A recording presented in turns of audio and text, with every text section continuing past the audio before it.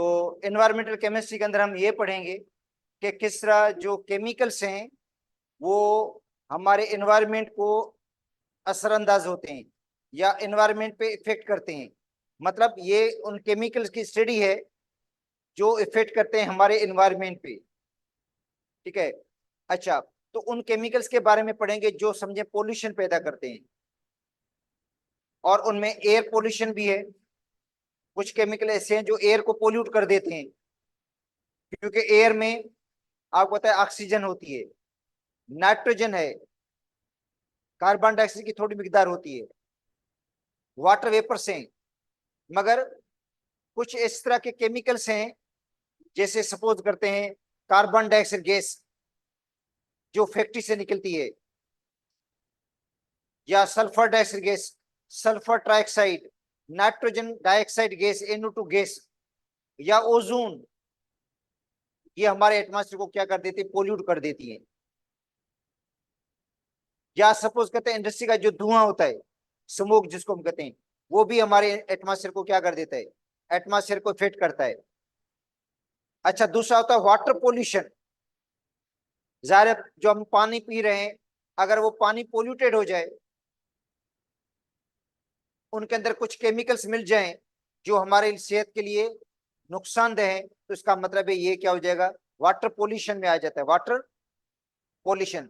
आपको पता है जो दरिया सिंध जिसका पानी हम इस्तेमाल करते हैं पीने के तौर पर, जो मंछर झील होती है वो दरिया के साथ मिलती है।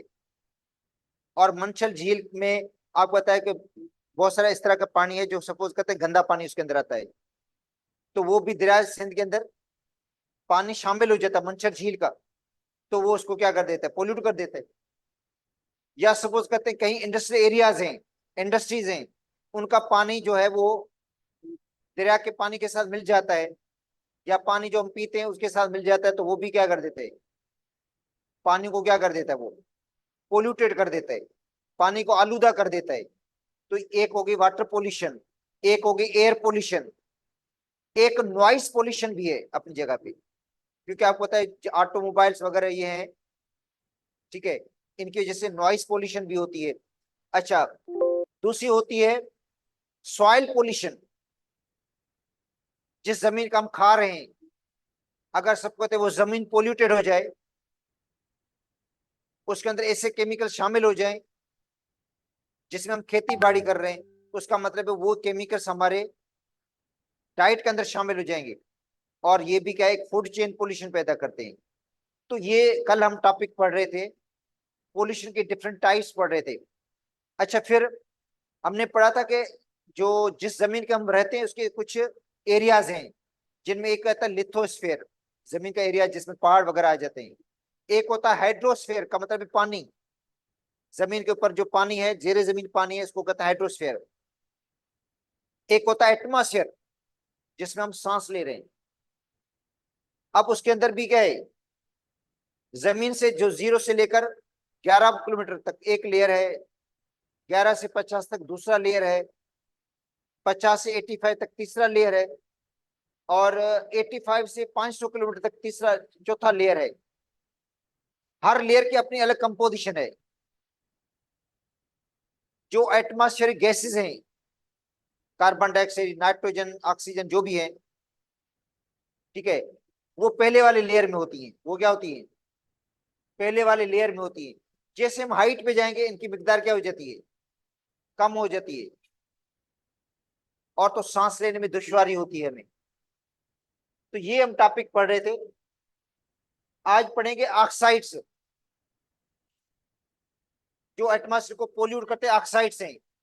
आज हमने ऑक्साइड के बारे में पढ़ना है, carbon monoxide, carbon dioxide, sulphur dioxide, sulphur trioxide, nitrogen monoxide, nitrogen dioxide, oxides जो इफेक्ट करते हैं।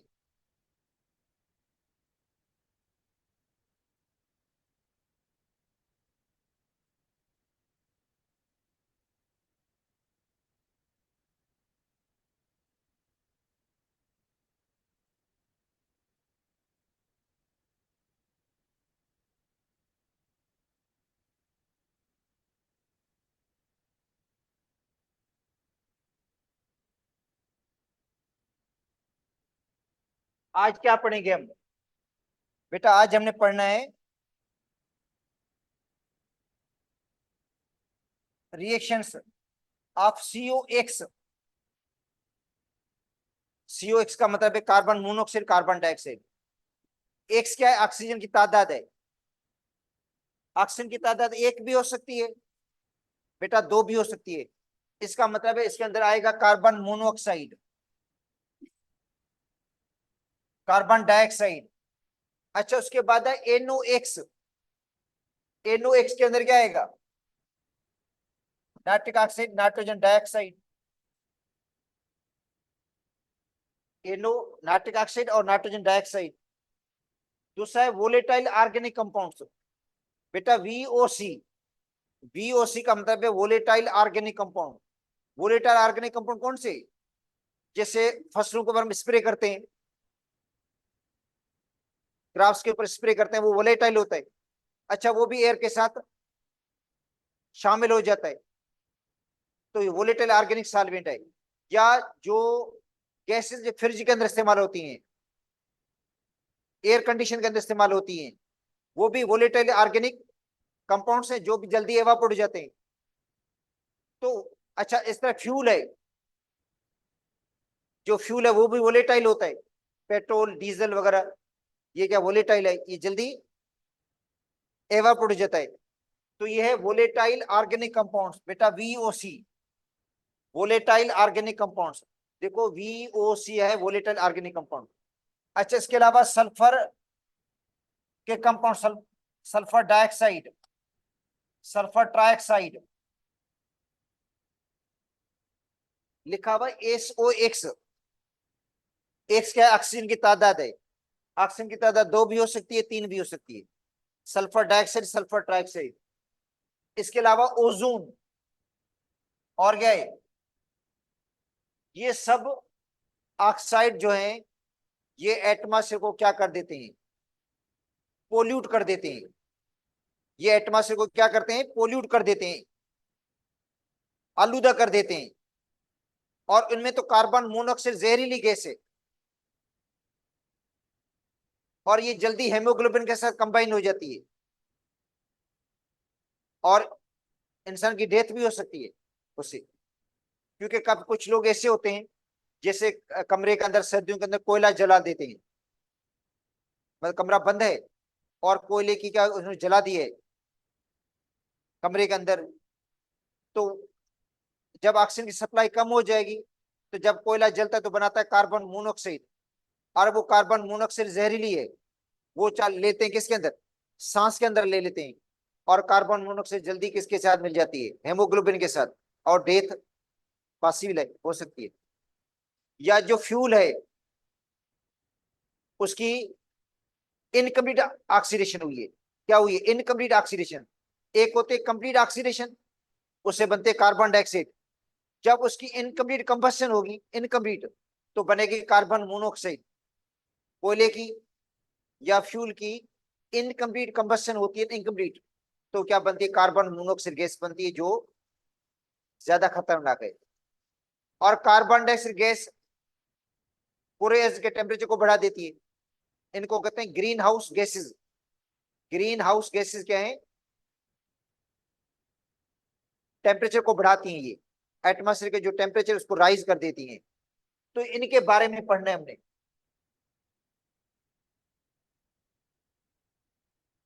कहता है गैसेज लाइक नाइट्रोजन, ऑक्सीजन, ये तो एटमॉस्फेयर में मौजूद है। नाइट्रोजन गैस 78% एटमॉस्फेयर में है, ऑक्सीजन गैस 21%। देखो नाइट्रोजन गैस कितना है? 78%। ऑक्सीजन का कितना है? 21% है।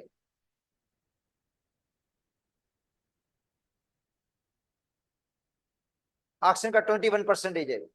ये तो प्रोटेक्टिव लेयर बनाती हैं in the earth atmosphere. Earth atmosphere में इनका तो प्रोटेक्टिव लेयर है, ये हमारे लिए जरूरी है। नाइट्रोजन ऑक्सीजन के हमारे लिए जरूरी है लाइफ के लिए। मगर कुछ ऑक्साइड्स हैं टॉक्सिक। कुछ ऑक्साइड्स क्या होते हैं? पॉइजनस होते हैं। वो भी जब उसके साथ शामिल हो जाते हैं तो एयर को क्या कर देते हैं, पोल्यूट कर देते हैं। एयर को क्या करेंगे, वो पोल्यूट कर देते हैं, इंक्लूडिंग नाइट्रोजन ऑक्साइड्स। किसके ऑक्साइड, नाइट्रोजन के। कौन से, NO और NO2। सल्फर के ऑक्साइड कौन से, SO2 और SO3। Volatile organic solvent, volatile organic compounds, जो वोलेटाइल ऑर्गेनिक कंपाउंड कौन से हैं, जो हम फ्यूल इस्तेमाल करते हैं, या एरिसोल मतलब स्प्रे जो करते हैं फसलों के ऊपर, वो भी किस में चला जाता है, एयर के अंदर एवापोरेट हो जाता है। इसके अलावा ओजोन, जो ओजोन गैस है वो भी क्या कर देती है, एटमॉस्फेयर को पोल्यूट कर देती है, ओजोन गैस। अब आते हैं केमिस्ट्री किसकी पहले पढ़ते हैं, carbon monoxide and carbon dioxide की। पहले केमिस्ट्री पढ़ते हैं कार्बन मोनोऑक्साइड, और दूसरा क्या है, जब याद कर लो इनकम्प्लीट कंबशन होगी, कोयले की इनकम्प्लीट कंबशन होगी तो बनेगी कार्बन मोनोऑक्साइड, और कंप्लीट कंबशन होगी तो बनेगी कार्बन डाइऑक्साइड। बेटा कार्बन मोनोऑक्साइड इनकम्प्लीट ऑक्सीडेशन से बनती है, इनकम्प्लीट कंबशन से। Oxides of carbon in troposphere का मतलब है ये पहला लेयर है। देखो एटमॉस्फेयर के 4 लेयर्स हैं, जो पहला लेयर है उसको कहते हैं ट्रोपोस्फेयर, और कार्बन मोनोऑक्साइड, उनमें कार्बन मोनोऑक्साइड होगा, और दूसरा होता है कार्बन डाइऑक्साइड। कलेक्टिवली इनको रखेंगे क्या हम, COX लिखेंगे। क्या लिखेंगे, अब X की वैल्यू 1 भी हो सकती है तो कार्बन मोनोऑक्साइड, अगर X की वैल्यू 2 हो गई तो क्या बन जाएगा, कार्बन डाइऑक्साइड। तो इसका मतलब वो डिपेंड करता है X की तादाद पे, X की तादाद 1 है या 2 है। Carbon monoxide is very toxic, जो कार्बन मोनोऑक्साइड है वो क्या है, टॉक्सिक का मतलब होता है ये जहरीली है। इट हैज ग्रेट एफिनिटी, इसको ज्यादा एफिनिटी होती है। एफिनिटी का मतलब है अट्रैक्शन। किसके लिए अट्रैक्शन है, हेमोग्लोबिन के साथ। जो हमारी बॉडी में हेमोग्लोबिन है इसके साथ ये जल्दी मिल जाएगी, हेमोग्लोबिन के साथ मिल जाएगी। It is release by partial combustion, मैंने आपको अभी बताया था ये कैसे रिलीज होती है, जब फ्यूल की पार्शियल कंबशन होगी या इनका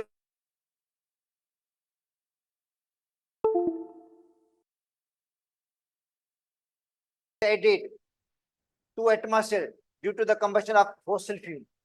जो फॉसिल फ्यूल्स हैं, फॉसिल फ्यूल कौन से,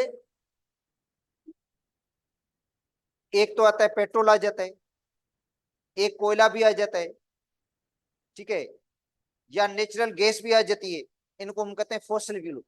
कोल, natural gas and petroleum.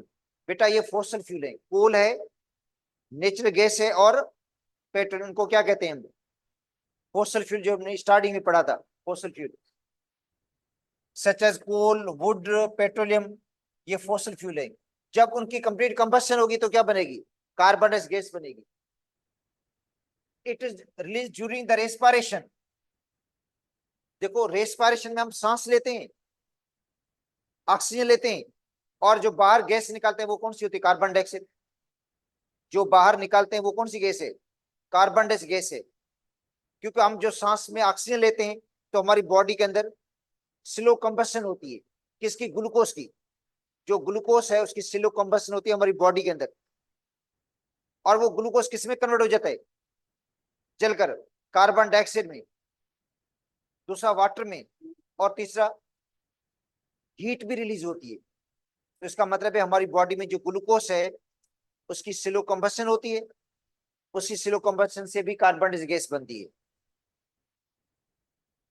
This increase the carbon dioxide level in the atmosphere, जिसकी वजह से कार्बन डाइऑक्साइड लेवल क्या हो जाती है, इंक्रीज हो जाती है, जिसकी वजह से सफोकेशन होगी,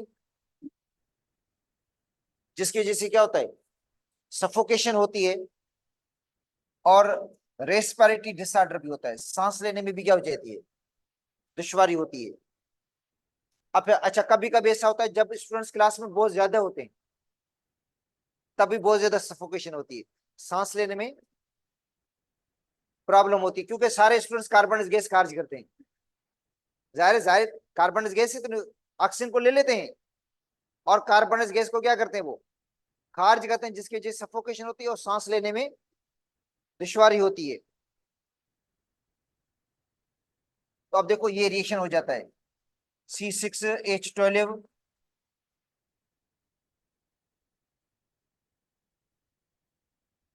ये ग्लूकोज है, इसकी क्या हो जाएगी, कंबस्शन, बनेगा क्या, कार्बन डाइऑक्साइड, वाटर बनेगा और प्लस में एनर्जी।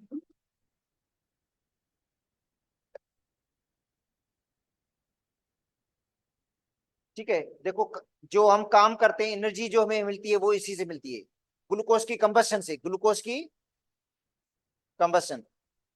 तो रेस्पिरेशन के अंदर ये रिएक्शन होता है, समझे, ग्लूकोज की कंबस्शन हो जाती है।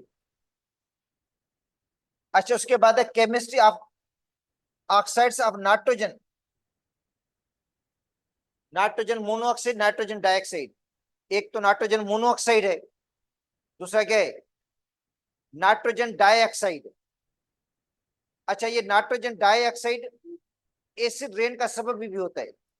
जो तेजाबी बारिश होती है वो NO2 की वजह से भी होती है। तेजाबी बारिश का सबब कार्बन डाइऑक्साइड भी है, क्योंकि कार्बन डाइऑक्साइड जब पानी के अंदर डिजॉल्व हो जाता है, पानी के अंदर मिल जाता है बारिश के पानी के साथ, तो बनाता है कार्बोनिक एसिड। कार्बन डाइऑक्साइड बारिश के पानी के साथ मिलकर क्या बनाता है, तेजाब बनाता है, कार्बोनिक एसिड। और नाइट्रोजन डाइऑक्साइड पानी, बारिश के पानी के साथ मिलकर क्या बनाती है, nitric acid.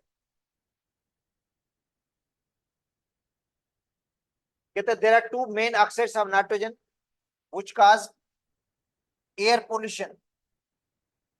These are nitrogen monoxide, nitric oxide, nitrogen dioxide. इनको कलेक्टिवली क्या लिखेंगे, NOx लिखेंगे। NOx की तादाद या तो 1 होगी या 2 होगी। These oxides produce from the combustion of fuel. ये ऑक्साइड कैसे बनेंगे, ये ऑक्साइड्स एटमॉस्फेयर में बनेंगे कैसे, फ्यूल की कंबस्शन से। फ्यूल की कंबस्शन होगी, सच एज कोल, कोल की कंबस्शन, पेट्रोल की कंबस्शन, नेचुरल गैस की कंबस्शन एट हाई टेम्परेचर। तो देखो नाइट्रोजन गैस और ऑक्सीजन गैस, नाइट्रोजन गैस और ऑक्सीजन गैस हाई टेम्परेचर पे दोनों कंबाइन होगी तो बनेगा NO। नाइट्रोजन गैस और ऑक्सीजन गैस हाई टेम्परेचर पे कंबाइन होंगी, लो टेम्परेचर पे कंबाइन नहीं होंगी। हाई टेम्परेचर कंबाइन होगी, क्या बनाएंगे, NO बनाएंगे। NO फर्दर किसके साथ मिलेगा, NO की फर्दर ऑक्सीडेशन होगी, NO2 गैस बन जाएगी और NO2 गैस एसिड रेन का सबब बनती है। These gases are also formed by the photolytic reaction in the atmosphere। Photolytic reaction होगा किसके अंदर, एटमॉस्फेयर के अंदर। ये NO2 गैस है और ये फोटॉन्स हैं, ये क्या है, फोटॉन्स हैं। किस में तब्दील हो गया, NO2 गैस जब फोटॉन के साथ मिलती है ना, फोटॉन के साथ, तो क्या बनाती है, NO बनाती है और ऑक्सीजन गैस। और ये जो ऑक्सीजन गैस एटम है ये मिल जाता है O2 के साथ, क्या बनाता है, O3 भी बनाता है। तो इसका मतलब है ये ओजोन भी बना रहे हैं, क्या बना रहे हैं, ओजोन को भी बना रहे हैं ये। इसके अलावा NO2 गैस भी बन रही है जो एसिड रेन का सबब बनती है, और NO भी बनता है इसके अंदर।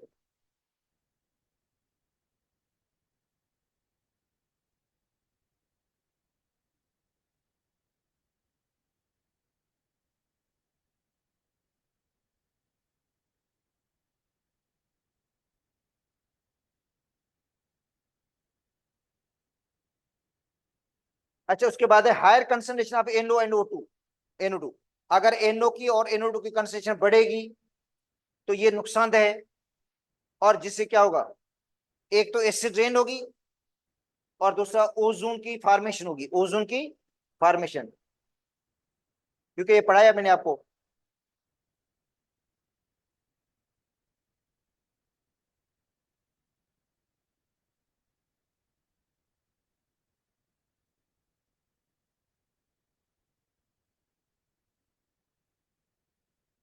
चले छोड़ते हैं, बस अब टाइम वैसे भी हो गया है।